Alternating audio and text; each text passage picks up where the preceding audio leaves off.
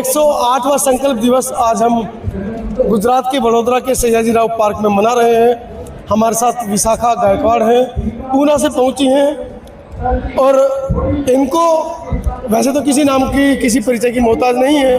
भारत देश के अंदर जहाँ जहाँ अम्बेडकरवादी समाज है वो इनको करोड़पति बहन जी के नाम से भी जानता है।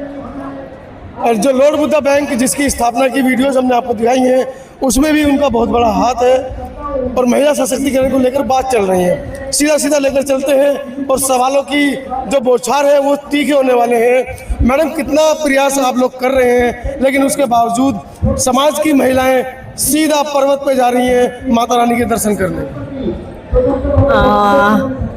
सही में तीखा सवाल पूछा है क्योंकि ये धर्म की आस्था का सवाल है और देखा जाए तो कहने को बुरा लगता है। हम कितना भी सामाजिक परिवर्तन करने की कोशिश कर रहे हैं, कितना सारा काउंसलिंग किया जाता है, धर्म क्या है, धर्म में क्या होना चाहिए, पढ़ाई लिखाई, अपने पैरों पे खड़ा होना, ये सब बातें बताने के बावजूद भी एक क्लास है जो पढ़ लिखने के बाद अपने अपने कामों में लग जाते हैं और वो भूल जाते हैं कि अपना समाज पीछे छूट रहा है। और जो बहनें, समाज की जो बहनें जिन्होंने शिक्षा कम ली है या जिनकी शादियां जल्दी हुई है और वो सारे ये रीति रिवाजों में जकड़ चुके हैं। ताकि अगर हम देखते जो क्राउड रहता है जैसे मंदिरों में या जैसे अभी नवरात्र का बात चल रहा था तो इसमें जिनमें देवियाँ उनके अंग में आते वो सारे, तो उसमें देखा जाए तो बहुत बड़े मात्रा में शेड्यूल कास्ट की ही महिलाएं पाई जाती है और ये बहुत ही अच्छा। मतलब एक चीज देखिए कि देवी आ गए, हनुमान जी आ गए, अंदर आत्मा चली गई। ये छोटी जातियों में, छोटी जाति का मतलब है कि अनुसूचित जातियों में ही क्यों आती हैं, एसटी जातियों में क्यों आती हैं, कभी स्वर्णों में, ठाकरों में, बनियों में क्यों नहीं जाती हैं? इसका जितना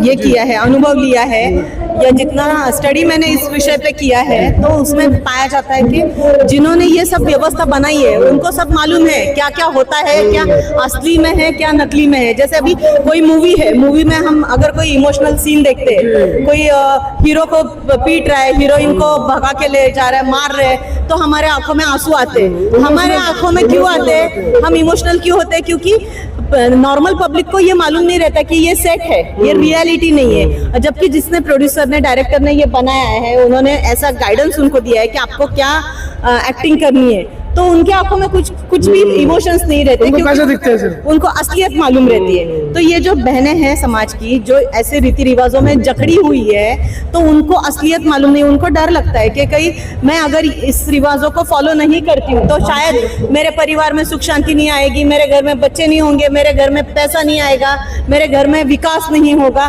तो वो भावुक होके कहीं तो भी समर्पित। जय भोलेनाथ, जो पानी लेने जा रहे हैं कावड़। अभी देखिए तो इसमें ये व्यक्तिगत भी प्रश्न है, व्यक्तिगत नहीं है, समाज के लोग जा रहे हैं। मैडम देखिए जिस समाज को डॉक्टर अम्बेडकर ने कहा मैं ब्रह्मा विष्णु महेश को भगवान नहीं मानता, उसके बावजूद उस समाज के बच्चे जा रहे हैं। तो ऐसा होने के बाद भी देखिए कोई भी समाज हो, चाहे अपना समाज हो, चाहे अदर कास्ट जो मराठा समाज हो, ब्राह्मण समाज हो, तो हर एक समाज में, अभी जैन समाज की बात लीजिए, हम गुजरात में हैं, गुजरातियों की बात लीजिए कि अगर ओपन कैटेगरी में बहुत से लोग हैं जिनको बिल्कुल जैन लोगों में प्याज लहसुन खाना मना है, अंडा खाना मना है, बोलना भी मना है, लेकिन खाते हैं कुछ लोग। वैसे ही देखिए हर एक समाज में 5-10% लोग ऐसे होते हैं जो समाज के मान्यताओं का लिहाज ना करते हुए अपने मन की कर लेते हैं। तो समाज उनसे नहीं जाना जा सकता ना।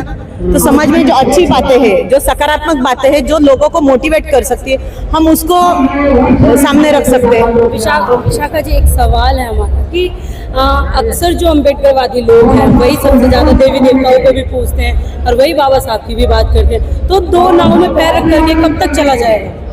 देखिए अभी ये वापस वही होता है, ये एकदम ही पर्सनल। अभी मैं अपनी बात करती हूँ, मैंने इंटरकास्ट मैरिज की थी। अब जब शादी हुई, अभी शादी को 25 साल हुए, मैं ओपनली बताती हूँ, जब शुरू में शादी मेरे हस्बैंड ओपन कैटेगरी से है, जब शादी हुई तो घर से बहुत ही विरोध हुआ था और तब उनका नाम भी गायकवाड़ है, तो मुझे लगा था अपनी बिरादरी का लड़का है, हाँ बोल दूं, तो मैंने हाँ कर दी। और बाद में पता चला कि उनके घर में गणपति पूजा सब होता था।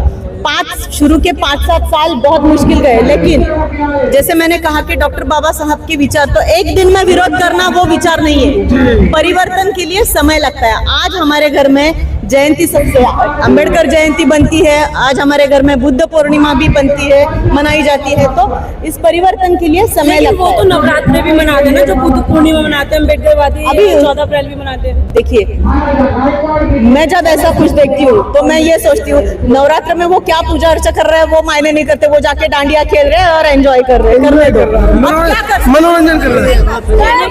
सही बात है ना। तो अपने विचार हमेशा खुले होने चाहिए।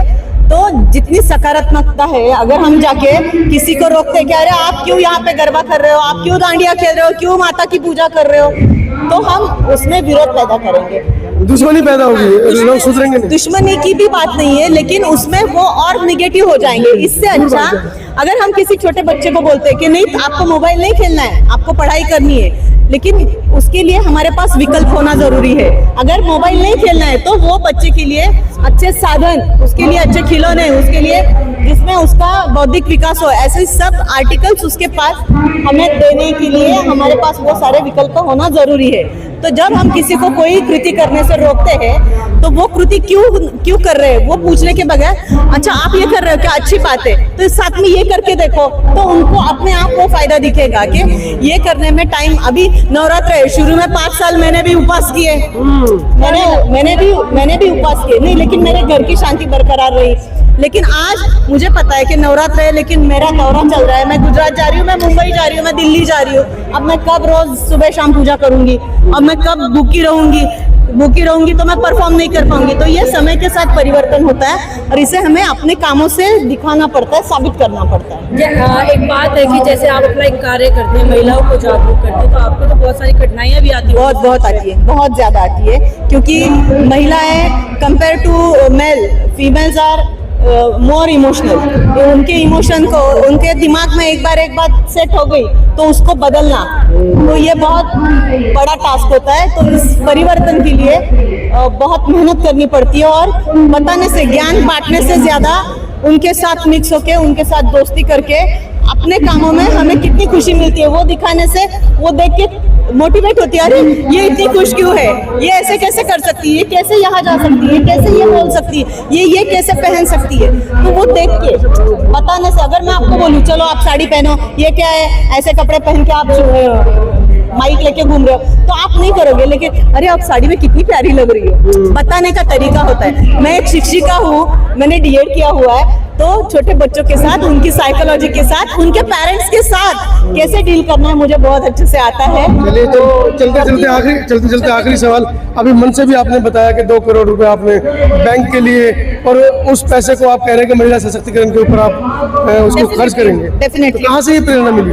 2 करोड़ रुपए छोटी मोटी रकम नहीं होती। तो मैं आज काम नहीं कर रही हूँ, मैं 15-20 साल से बिजनेस में हूँ। मैं खुद कारपोरेट करियर करके बाद में बिजनेस में आई हूँ, और बिजनेस में हमारा पूरा बिजनेस फाइनेंस कंसल्टेंसी का है और लैंड डीलिंग का है, जिसमें बड़ा रिस्क भी रहता है, क्योंकि देखिए हम जन्म ही हमारा हुआ है संघर्ष के लिए। जब संघर्ष कन्या बने हैं तो हाथ पे चूड़ी पहन के चूल्हा चौका तो नहीं करेंगे, हम जाके पूरे कोई भी लिटिगेशन का काम हो चाहे कोई भी, हम कायदे का आधार लेके पूरा, कितना भी इलीगल काम हो पूरे लीगल तरीके से करते हैं, डंकी की चोट पे पूरे रिस्क उठा के, जितनी भी जोखिम है, जितनी बड़ी रिस्क उतना बड़ा इनकम, और उस तरीके से काम करते हैं, डरते नहीं है, क्योंकि गलत काम करते नहीं है। एक सवाल, वर्तमान में जो सबसे बड़ा मुद्दा इस समय चल रहा है, महाबोधि महाविहार बोधगया को लेकर चल रहा है। आप चूंकि पूना से आती हैं, तो अभी पूना में धनध्वज यात्रा भी पहुंची थी कुछ दिन पहले, उससे पहले आकाश लामा जी भी अपना मसाल यात्रा लेकर निकले थे। क्या लग रहा है कि आप लोग इस हठीली सरकार को प्रेशर में ला पाएंगे इस मुद्दे पर? अभी देखिए, सरकार आती रहेगी जाती रहेगी, कोई भी सरकार आए कोई भी सरकार जाए, मैं चाहती हूँ अपने समाज के सारे लोग अच्छे से अच्छे टॉप पोजीशन पे हर पार्टी में रहे, ताकि जैसे अभी आपने देखा कि जिग्नेश भाई आए थे, कांग्रेस को बिलोंग करते, उनके पहले दूसरे वो सोलंकी साहब आए थे जी। तो हर पार्टी में तो पार्टी कोई भी जीत के आए, लेकिन अगर अपना बंदा अच्छे पोस्ट पे अच्छे पोजीशन पे रहेगा तो हमें जो चाहिए वो काम हम करा के ले सकते। तो किसी पार्टी को विरोध करने से, हम जब सामाजिक भाव से जब जमा होते तो किसी पार्टी को पॉइंट आउट करने से, हाँ, उससे अच्छा मैं तो चाहती हूँ हर पार्टी में, हर क्षेत्र में, हर एक सरकारी क्षेत्र में, हर एक गवर्नमेंट का, नॉन गवर्नमेंट का, कारपोरेट का, कोई भी सेक्टर हो, हर जगह अपने समाज के भाई बहन ऊंचे से ऊंचे पोस्ट पे चाहिए, और वो अपने समाज के लोगों को और बाकी लोगों को भी समानता से व्यवहार करके, जो गलतियां मनुवादियों ने की है वो हमारे लोग ना करें, तो समानता को ही सामने रख के काम करना चाहिए। मैं खुद वैसा ही करती हूँ। चलिए, धन्यवाद। आप विशाखा बहुत पूना से समाज सेविका, और जिस तरीके से उन्होंने अपना पक्ष रखा है, आप यकीन मानिए महिला होकर इस तरीके से निडरता से अपना पक्ष रखना बिरले ही है जो इस देश के अंदर इस तरीके से काम कर रहे हैं। पूरी वीडियो के बारे में आपकी क्या राय है कमेंट सेक्शन में जरूर लिखिएगा। धन्यवाद।